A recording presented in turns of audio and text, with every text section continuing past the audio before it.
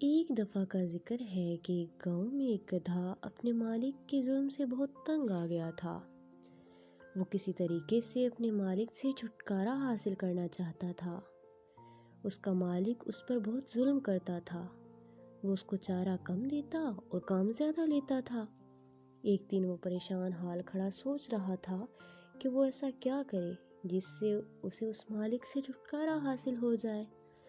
ایسے میں اسے بہت بھوک لگ رہی تھی اور وہ گھاس کی تلاش میں دوڑنے لگا۔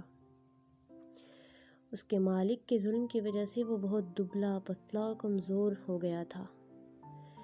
وہ سوچتا جا رہا تھا کہ کیوں نہ میں ایک اچھے ماحول میں رہوں جہاں میں اپنی آزادی سے اپنی مرضی کے مطابق اپنی زندگی بسر کروں۔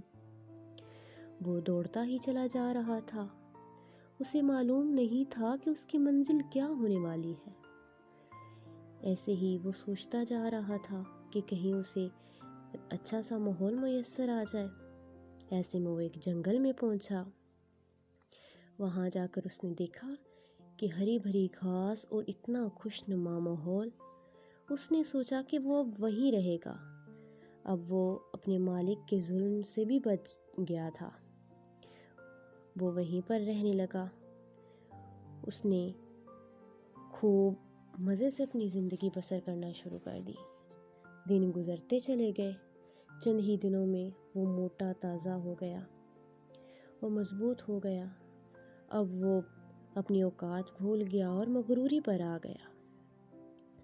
اس نے بادشاہت کے خواب دیکھنا شروع کر دیے۔ کیوں نہ میں اب اس جنگل کا بادشاہ بن جاؤں۔ میں سب پر حکمرانی کروں گا۔ مجھ سے طاقتور کوئی بھی نہیں ہے۔ اس نے ایسا سوچنا شروع کر دیا۔ وہ جہاں مرضی جاتا، ادھر ادھر ٹہلتا چلتا پھرتا، اپنی مرضی سے اپنی زندگی بسر کر رہا تھا۔ ایک دن اچانک وہ جنگل میں چرنے کے لیے نکلا ہوا تھا۔ وہ ادھر ادھر پھر رہا تھا کہ اچانک اس کے سامنے جنگل کا اصلی بادشاہ آ گیا۔ اس نے جب اسے دیکھا تو شیر نے کہا کہ تم کون ہو؟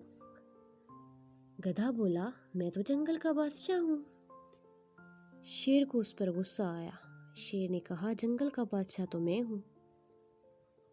گدھے نے کہا نہیں نہیں تم نہیں ہو، جنگل کا بادشاہ تو میں ہوں، میں تم سے زیادہ طاقتور ہوں۔ شیر نے کہا اگر ایسی بات ہے تو چلو ہم دونوں لڑتے ہیں، ہم لڑائی کرتے ہیں، مقابلے میں دیکھیں گے کہ کون زیادہ طاقتور ہے۔ ان دونوں نے لڑنا شروع کر دیا۔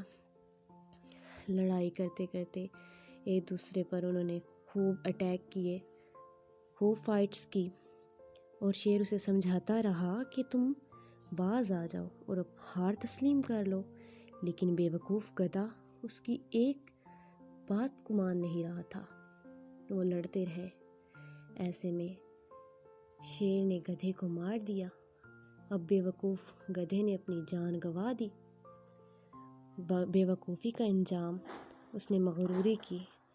اس لیے اللہ تعالیٰ ہمیں جو مقام دیتے ہیں اس میں ہی خوش رہنا چاہیے، نہ کہ بادشاہی کے خواب دیکھ کر اپنی زندگی کو ختم